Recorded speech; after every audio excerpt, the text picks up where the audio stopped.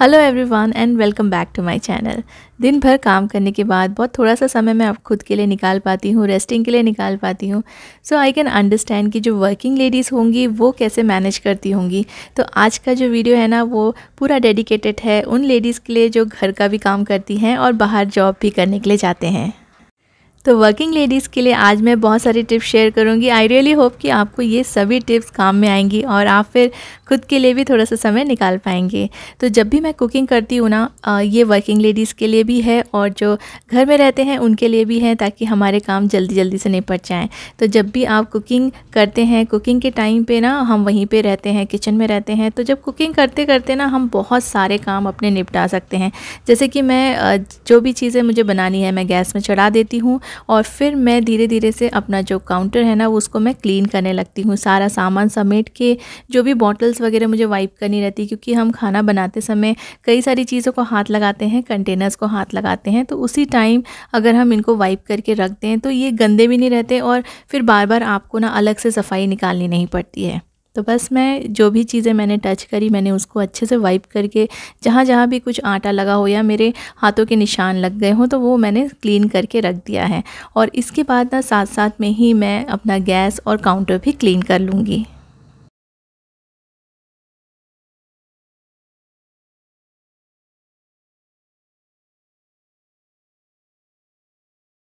एक बार खाना गैस पे चढ़ जाता है फिर कई सारे काम आप अपने वहीं की वहीं निपटा सकते हैं। जैसे मैं ना कई बार जो खाना चढ़ा हुआ रहता है गैस पे उनको भी साइड में रख देती हूँ और पहले ना मैं अपना गैस को क्लीन कर लेती हूँ।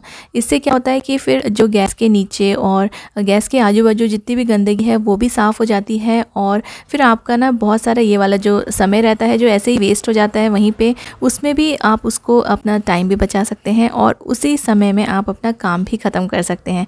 और जितना हो सके, जितना पॉसिबल हो सके, आप जब भी खाना बनाते हैं तो खाने को ढक के पकाइए, क्योंकि इससे ना दो चीज़ें होती है। एक तो खाना भी जल्दी बनेगा, आपका समय बचेगा। दूसरा जो छींटे उड़ते हैं यहाँ वहाँ हमारे टाइल्स में और गैस के पास वो भी नहीं उड़ेंगे, तो आपका जो किचन काउंटर है, जो टाइल्स है, वो भी ज़्यादा गंदा नहीं होगा।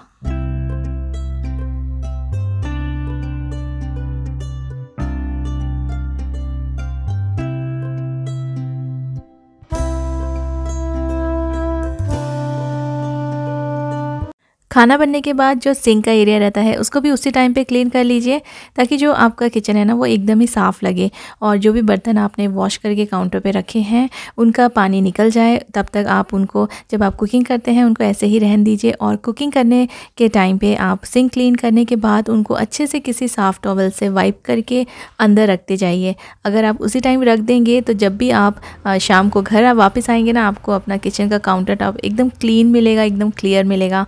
तो आपको और भी ज़्यादा एनर्जी आ जाएगी काम करने के लिए, क्योंकि इससे क्या होता है ना कि जब हम आते हैं घर में और हमारा किचन बहुत ही गंदा लगता है तो उसको देख कर ही काम करने की इच्छा नहीं होती है और एनर्जी लेवल भी कम हो जाता है।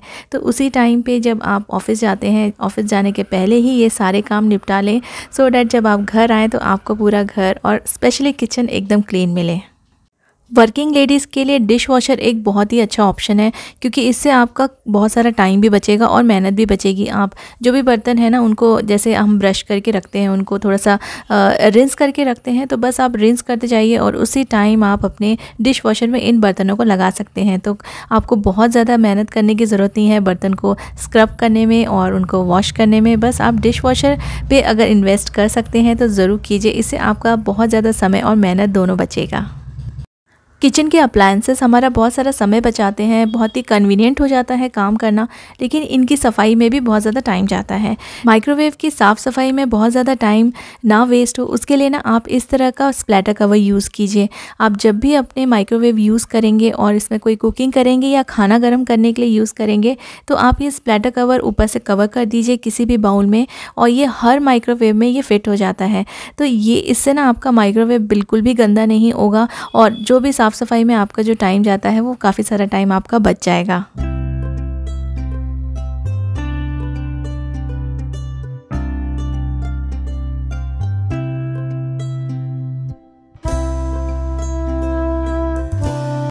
फ्रिज में जितना ज़्यादा सामान रहेगा उतना ज़्यादा समय आपको लगेगा जब भी आप इसको क्लीन करेंगे।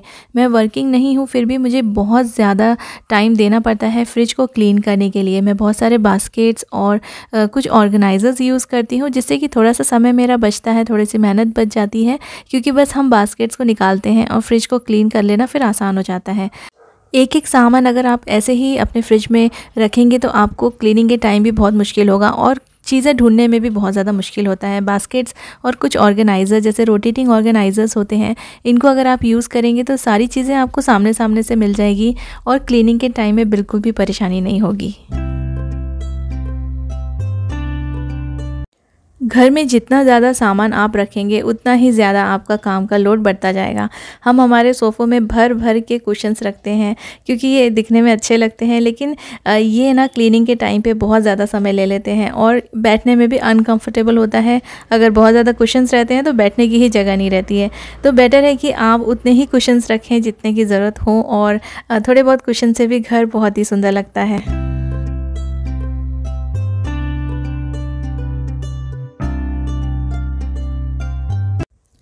मेरे घर में कई सारी चीज़ें हैं जो मैं डेकोरेशन के लिए यूज़ करती हूँ, लेकिन जैसे मैंने आपको बताया कि मैं वर्किंग नहीं हूँ, तो ये मैं साफ़ सफाई मैनेज कर लेती हूँ।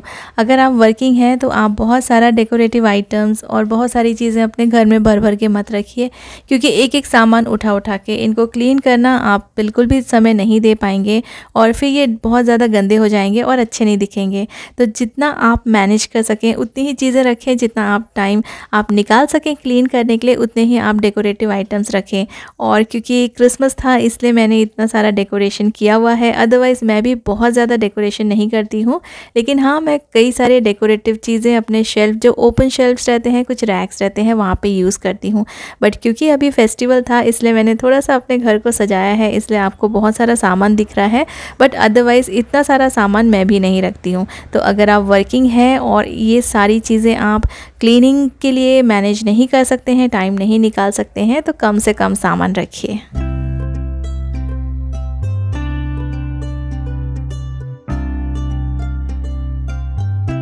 घर के कुछ फर्नीचर्स हमारी रिक्वायरमेंट होती है, जैसे कि डाइनिंग टेबल।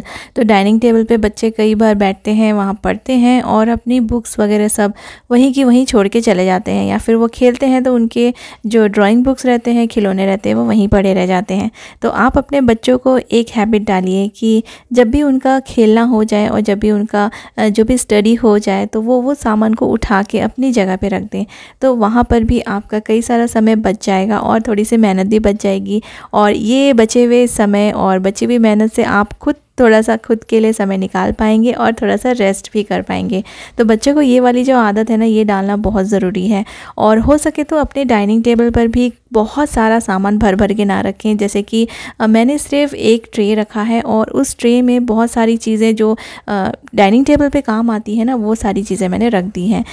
तो डाइनिंग टेबल पे कम से कम सामान रखना, या फिर एक ही ट्रे, बड़ी सी ट्रे कोई भी आप यूज़ कर लीजिए, उससे आपको ना कम समय लगेगा अपना डाइनिंग टेबल को क्लीन करने में और उसको सेट करने में।